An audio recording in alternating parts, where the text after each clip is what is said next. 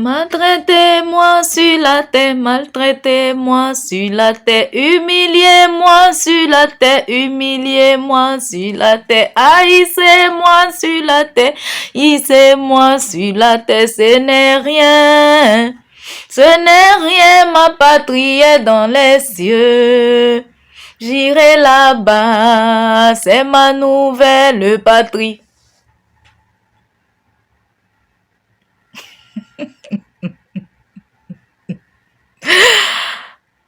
Chrétien ancien modèle. Ah, chrétien ancien modèle. Voilà. Pendant qu'on est en train de chanter ça là, on n'a aucun représentant à l'Assemblée nationale. Hein. Et actuellement, pendant qu'on est en train de chanter, des lois sont en train d'être votées à l'Assemblée nationale où on n'a aucun représentant.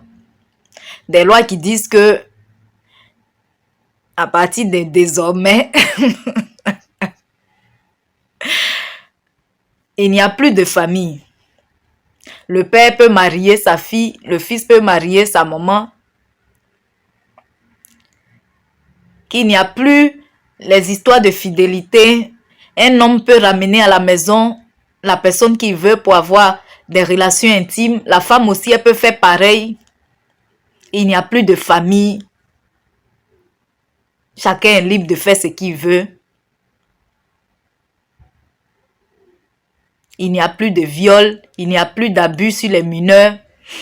Un homme de 50 ans peut avoir des relations sexuelles avec un enfant de 5 ans.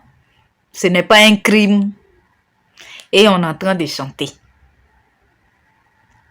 Maltraitez-moi sur la terre, maltraitez-moi sur la terre, humiliez-moi sur la terre, humiliez-moi sur la terre, rejetez-moi sur la terre, jetez-moi sur la terre, ce n'est rien, ma patrie est dans les cieux, j'irai là-bas, c'est ma nouvelle patrie. Et pendant qu'on est en train de chanter ça, on est sous une tente où il y a une tempête qui s'apprête et le vent a pris la tente pour partir. On est là. Il n'y a aucun chef d'entreprise dans l'église. Les dîmes et les offrandes, ce sont des pièces qu'on compte souvent, quelquefois même des pièces très lisses. Ce qui fait qu'on ne peut même pas construire un bâtiment. Et on est là. Voici l'erreur qu'ont fait les chrétiens en général avant. Celle de penser que ce genre de choses, créer une entreprise, être un président, être un député, en fait, émerger dans la société, c'est un péché. Avoir de l'argent, c'est un péché. Pourtant, on dit quoi? Dieu est le Dieu de l'or et de l'argent. C'est Dieu qui a créé tout ce monde-là. Dieu a dit à Adam, je t'envoie sur la terre pour que tu domines la terre. Je t'ai créé pour que tu domines la terre. Assujettis la terre. Mais nous, on a décidé de tout abandonner aux mains des non-croyants. Quand tu veux avoir beaucoup d'argent, tu veux travailler pour avoir de l'argent, c'est du péché. Quand la richesse, c'est un péché. Se présenter à des postes politiques, c'est un péché. Le chrétien ne doit pas faire la politique. Et les non-croyants, ils ont tout pris.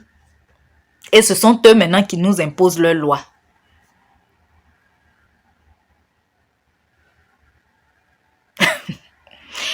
Heureusement, de nos jours, qu'on a commencé à comprendre cette erreur-là. Et qu'aujourd'hui même, nous avons des pasteurs qui ont des entreprises, des pasteurs eux-mêmes qui aident leurs fidèles, des pasteurs même qui font des dons à des non-chrétiens. Et nous sommes vraiment fiers de ce genre de chrétiens-là. Nous sommes dans une société. Paul nous a dit quoi? De respecter les autorités. Donc si nous-mêmes, nous ne voulons pas être autorités et que ce sont les non-croyants, ceux qui blasphèment le nom de Dieu, les athées qui sont les autorités, qu'est-ce qu'on fait? Quelle est la suite? Je dis vraiment bravo à tous ces pasteurs aujourd'hui qui font de grandes choses, qui ont bâti de grandes églises, qui ont plus d'100 d'églises dans le monde, qui travaillent véritablement pour Dieu et qui montrent aux non-croyants que notre Dieu, il n'est pas un Dieu de la médiocrité, il n'est pas un Dieu de la pauvreté. Il est vrai que nous sommes de passage sur la terre et qu'on a notre patrie auprès de Dieu, notre Père, après notre mort. Mais pendant que nous sommes sur la terre, pendant que nous vivons avec des non-croyants, qu'est-ce qu'on fait? On ne va pas rester là à ne rien faire ou seulement à prier, à jeûner.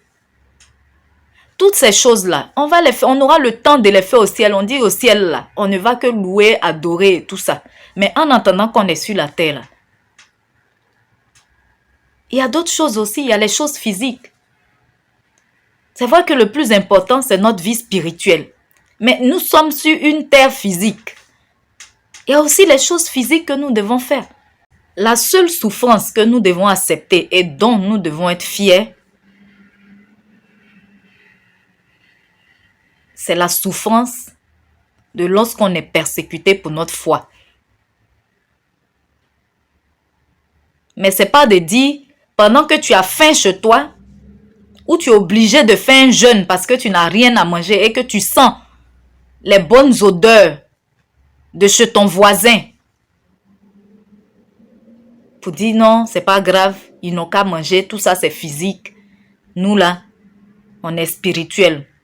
On se nourrit seulement de la parole de Dieu. Mais Dieu a dit quoi?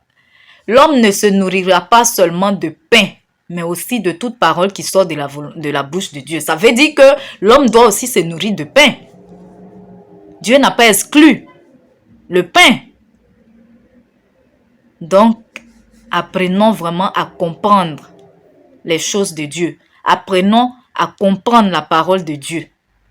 Et c'est seulement le Saint-Esprit qui peut nous révéler ces choses cachées, parce que la Bible, c'est un mystère. La parole de Dieu, c'est un mystère. Dieu même, lui-même, il est mystère. Dieu est esprit.